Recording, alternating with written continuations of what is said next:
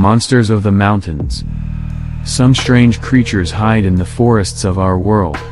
Others lurk deep in the lakes. And some soar through our skies. Now, there is the matter of mountains and mysterious creatures. Just about everyone has heard of the abominable snowmen, also known as the Yetis, and of their lairs in the Himalayas. However, they aren't the only strange and mysterious creatures that lurk in the mountains of our world. Indeed, the Yetis are far from being alone. As you will see now, let's begin with a marauding, possibly supernatural, creature called the Big Grey Man who dwells in Scotland. As Ben McCuey, at 1,309 meters, 4,296 feet, is the second highest mountain in the UK, and lies in the heart of the mountain range known as the Cairngorms. Andy Roberts, the leading authority on the strange enigma of what has become known as Scotland's Big Grey Man, Andy continues, the mountain comprises a high plateau with a subarctic climate and is often covered in snow for months at a time. Weather conditions can be extreme and unpredictable. Sadly, the Cairngorms have been defaced by ski lifts and restaurants, but, until recently, they remained remote, requiring considerable physical effort and mountain craft to navigate successfully. The wild nature and relative inaccessibility of the area have contributed to their popularity, and the Cairngorms have been a playground for climbers, walkers, skiers, naturalists, and those who love the high and lonely places for hundreds of years. Ben McCuey has several spellings and its English translation is Gaelic for Hill of the Son of Duff. Andy adds, like any other area of land, be it a mountain, plain, or urban townscape, Ben McCuey and its environs have a large body of oral and written folklore which encompasses phenomena which broadly fall into the Fortean and paranormal fields. Andy says, the Big Grey Man of Ben McCuey has become a staple for authors and journalists writing about Scottish legends. With the exceptions of the Loch Ness Monster and the Bonny Bridge UFO hotspot, it is arguably Scotland's best-known example of strange phenomena. So much has been written about the Big Grey Man that one could be forgiven for believing it is a well-attested experience with tens, if not hundreds, of witnesses. If only it were that simple. When put under the microscope, away from the conventions of storytelling or the obligations of having to make a profit, the Big Grey Man of Ben McCuey, like the majority of other Fortean phenomena, takes on a completely different appearance. Andy notes that witnesses to the phenomenon known as the Big Grey Man, or the BGM, describe how they have variously encountered footsteps, a distinct sensation of a threatening presence, and an overpowering sense of panic while on the mountain called Ben McCuey. The experience is graphic enough to compel witnesses to flee in sheer terror, often for several miles. And taking into consideration the fact that the encounters almost exclusively take place on rocky, dangerous ground, often in weather conditions involving mist and snow, Andy stresses that we should not underestimate the power of the experience. Although the first recorded Big Grey Man experience did not take place until 1891 and was not made public until 1925, there are a few precursors and legends that help place the phenomenon in some geographic, folkloric, and historical context, as Andy now reveals. In 1791, poet James Hogg, known as the Ettrick Shepherd, described seeing a huge figure on Ben McCuey whilst tending his sheep, records Andy. As he watched the halo which had formed around him due to the combination of sunshine and mist, he suddenly noticed a huge, looming figure. It was vaguely human in shape, and he imagined it to be the devil. Hogg fled in terror, not stopping until he reached fellow shepherds. The next day, he saw the same figure under similar climatic conditions. Hogg dramatically described the eerie experience himself, and, fortunately, his report still exists and is available for scrutiny. It was a giant, at least 30 feet high and equally proportioned, and very near me. I was actually struck powerless with astonishment and terror. My first resolution was if I could keep the power of my limbs, to run home and hide below the blankets with the Bible beneath my head. Such is the fear this thing provokes in the mountains. Now, onto another mountain monster, the beast of Snowdonia National Park. As Britannica says of the place, Snowdonia National Park, Welsh Park Senedd Llethol Eryri, a national park in Gwynedd County and Conwy County Borough, northern Wales, with an area of 838 square miles, 2,171 square kilometers. It is best known for its mountains, composed largely of volcanic rock and cut by valleys that show the influence of Ice Age glaciers.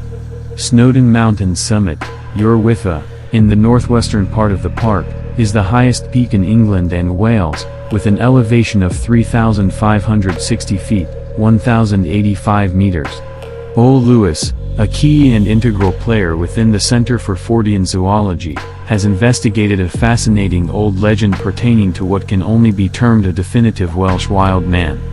For many a century, villagers in Nant Gwynedd, which is a truly picturesque valley situated in Snowdonia, Gwynedd, North Wales, have for many a century told, in hushed tones, a turbulent and nightmarish story of definitive British Bigfoot proportions, and of how a dark and mysterious cave in the Old Valley, the Cave of Owen Logog, came to be known, decidedly infamously so, as the abode of the hairy man. Ole's research has revealed that long ago, villagers and shepherds in the area of Nant Gwynedd were plagued by a silent and stealthy thief who would break into their homesteads under the protective covers of shadow and darkness on a disturbingly regular basis. Those same villagers and shepherds would awaken to find that their goats and cows had been inexplicably milked, much needed food stolen, and a number of sheep were taken during the night, never to be seen again, their unfortunate fates surely sealed.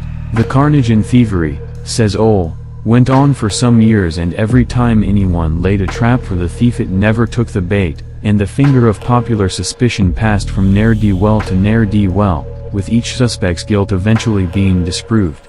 Moving on.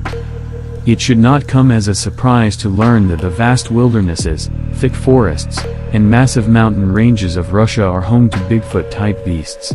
They are known to the local folk as almasty. For some researchers, the creatures are unknown apes. For others, they are nothing less than still surviving pockets of Neanderthals. Both scenarios are amazing in terms of their potential implications.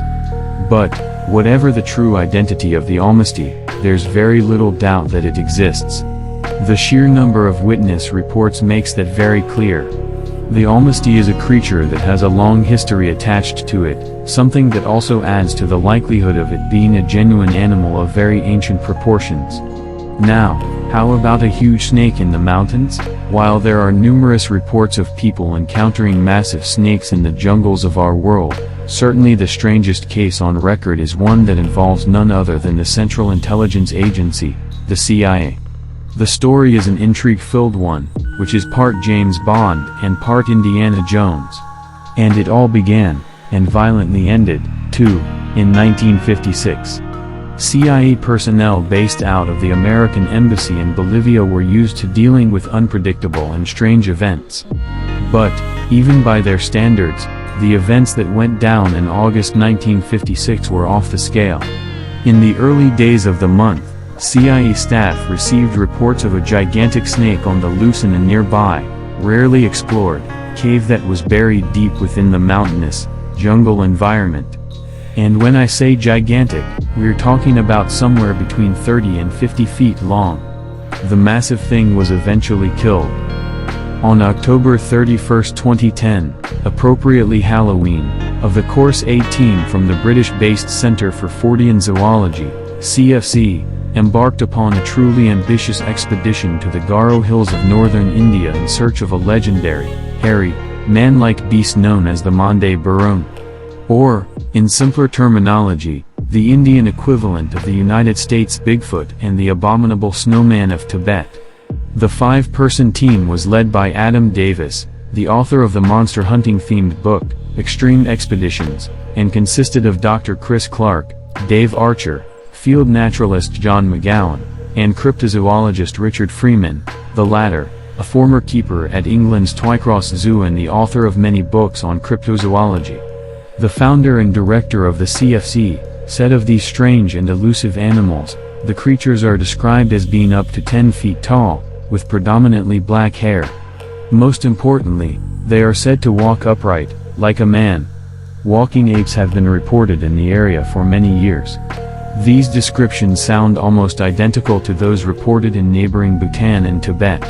Witnesses report that the Mande Burung, which translates as forest menace, most often seen in the area in November.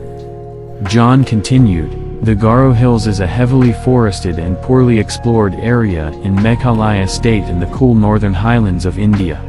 The area is internationally renowned for its wildlife, which includes tigers, bears, elephants, Indian rhinos, and clouded leopards. He added, the Indian team will be led by Dipu Marak, a local expert who has been on the trail of the Indian Yeti for a number of years and has, on previous occasions, found both its nests and 19-inch long footprints. The expedition team has also arranged to interview eyewitnesses who have seen the Mande Burung.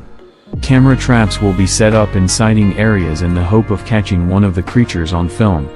As for what these creatures may actually represent, John had a few thought-provoking ideas. The Mande Burung may be a surviving form of a giant ape known from its fossilized teeth and jaw bones, called Gigantopithecus blacki, which lived in the Pleistocene epoch around 300,000 years ago. This creature is, of course, extinct. However, much of the contemporary fauna, such as the giant panda, the Asian tapir, and the Asian elephant that lived alongside the monster ape, still survive today. It is thought by many that Gigantopithecus also survives in the impenetrable jungles and mountains of Asia. Its closest known relatives are the orangutans of Sumatra and Borneo.